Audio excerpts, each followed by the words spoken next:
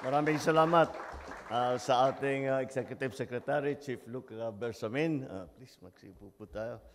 Ang ating mga author dito sa batas na ito, ang ating mga butihing legislator, Senator Amy Marcos, at saka si Senator Bong Revilla. The United Senior Citizens Party List, Representative Milagros Aquino Magsaysay. Senior Citizens Party List Representative Rodolfo Ordanes. The National Commission of Senior Citizens Officer in Charge and Commissioner, Dr. Mary Jean Loreche, and other NCSC officials. And of course, the most important people here today are, of course, those who have received, who are now become the beneficiaries. But they are not important because they are beneficiaries of this program. They are important because they are our guiding lights. They are our mentors. They are our supporters.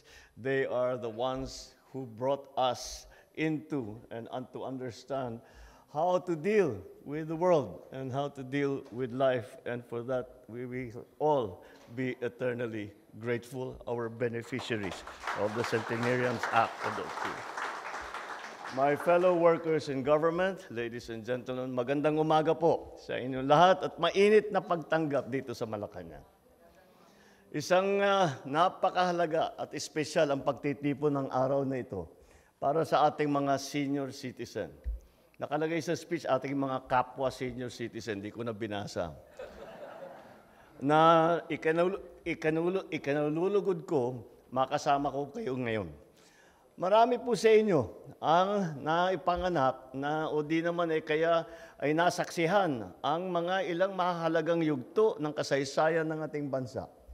Kasama natin ngayon araw si Nanay Generosa, Nanay Brigida at Nanay Hiwaga na tumutuntong po sa edad na 100 taon. Pinanganak sila noong panahon na tayo ay nasa ilalim pa ng Amerikano. Hinarap nila ang mga hamon ng kawalan, ng kalayaan, kinabukasan o seguridad. May tuturin din natin sila mga survivor ng ikalawang digmaang pandaigdig. Dahil hindi lamang nila ito pinagdaanan, matagumpay po sila na nalagpasan. Marami rin po sa inyo ang ipinanganak at lumaki habang ang bansa natin ay unti-unting naghihilom mula sa sugat ng dulot ng digmaan. Naging saksi kayo sa tagumpay at pagsisikap ng maraming administrasyon na paunlarin ang ating bayan. Kaya, ang bawat linya sa inyong balat at bawat puting buhok ay bahagi ng hibla na naghahabi ng ating kasaysayan. Mga kababayan, tayo po ay narito ngayon upang magbigay pugay sa ating mga nakakatanda. Ngayon, ang bilis na ng pagbabagong dulot ng teknolohiya at lahat ng nagmamadaling makasabay sa agos ng panahon, huwag po nating makakalimutan ang ating mga nakatatanda. Ipadama natin ang ating pagmamahal at ipakita na ipinagmamalaki natin sila dahil sa kanilang mga naibahagi sa ating lipunan. Noong nakaraang taon, nilagdaan ko po ng inyong lingkod ang Republic Act No. 11982 o yung Expanded Centenarians Act of 2024. Sa ilalim ng batas na ito, ang mga senior citizens na umabot ng 80 years old, 85 years old, 90 years old, at 95 years old ay makakatanggap ng 10,000 piso at tuloy pa rin ang handog ng pamahalaan na 100,000 piso para sa ating centenarians o yung mga umabot sa 100 taon. Kaya sa araw na ito, ay ipamahagi natin ang halagang ito sa ating mga nakakatanda sa atin, hindi lang po rito sa Metro Manila, kundi sa buong bansa. Pasimula lamang po ito dahil patuloy po ang pagpapatupad ng batas na ito. Ang hiling ko lang sa ating National Commission of Senior Citizens or NCSC, i-check ninyo ng maigi dahil ito, ewan ko sa mga nakikita ko rito sa harapan ko ngayon, di naman yata qualified itong mga ito dahil masyadong bata ang mga itsura ninyo. Kaya bantayan po ninyo na mabuti na hindi tayo nagkakamali. Tulad na rin po kayo, baka magalit sa akin, pero si Executive Secretary Chip Luke at saka si Manong Johnny Enrile. Batid ko po na marami pang kailangan gawin, hindi lamang ang pamahalaan, kundi ang buong lipunan upang mas gawing siguro, ligtas at maginhawa ang kalagayan ng ating mga nakatatanda. 73% ng ating mga senior citizen ay umaasa pa rin sa suporta ng mga anak at 55% ng kanilang gastusin sa kalusugan ay binabayaran mula sa sariling bulsa. Ilan din ang nakakaranas ng kakulangan sa pangmatagalan pangangalaga. Marami ang nag-iisa sa bahay. May iba na pakiramdam nila, na ang pakiramdam nila ay wala na silang halaga sa pamilya at lipunan. Huwag niyo pong isipin yun. Mas malungkot, marami sa kanila ang nakaranas ng abuso pa.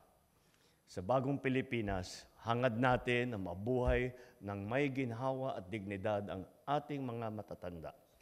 Mga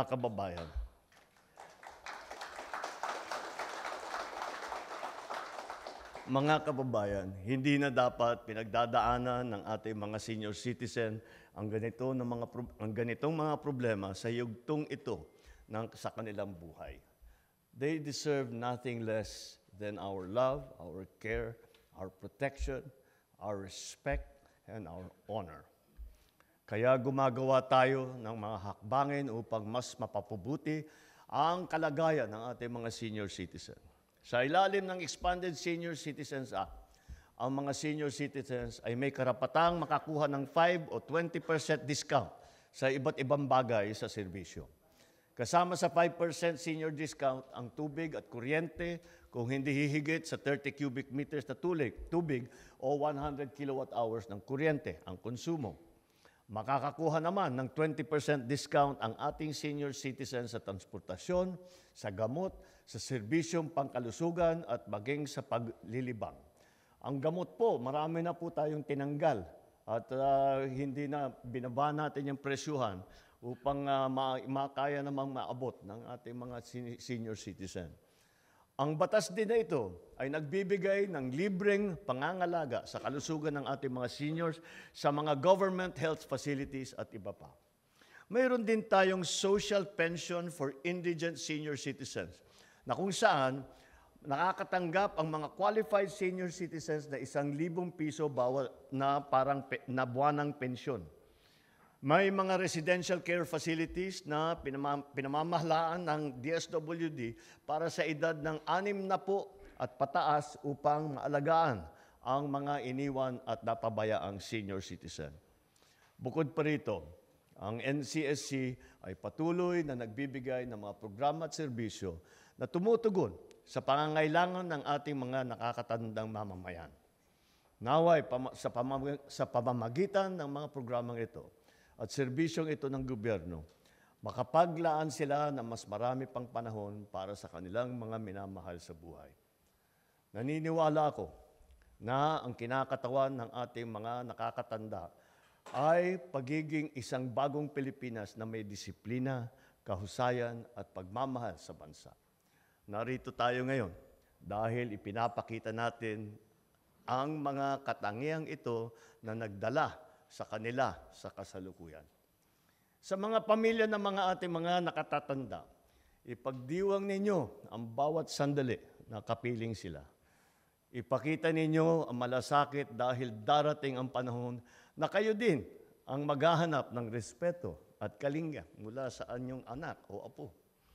Para sa ating mga kabataan, kayo ang mag-aaruga sa magpapatuloy na kaalamang itinuturo ng mga nauna sa atin. Gamitin ninyo ito upang makapagbuo ng mas maliwanag na kinabukasan. sa ating mga senior, naway magkaroon kayo ng marami pang panahon na kagalakan kasama ang inyong mga minamahal sa buhay. Hiling ko rin na magkaroon po kayo ng mas matatamis na kwento na ibabahagi sa susunod na henerasyon. Sapagkat sa huli, ang ating mga senior ang nagdala ng liwanag sa ating mga tahanan. Ang mga senior ang nagbigay ng gabay sa taong bayan patungo sa tagumpay ng ating inaabot dito na bagong Pilipinas. Maraming salamat po. At mabuhay po kayo, ating mga senior citizen.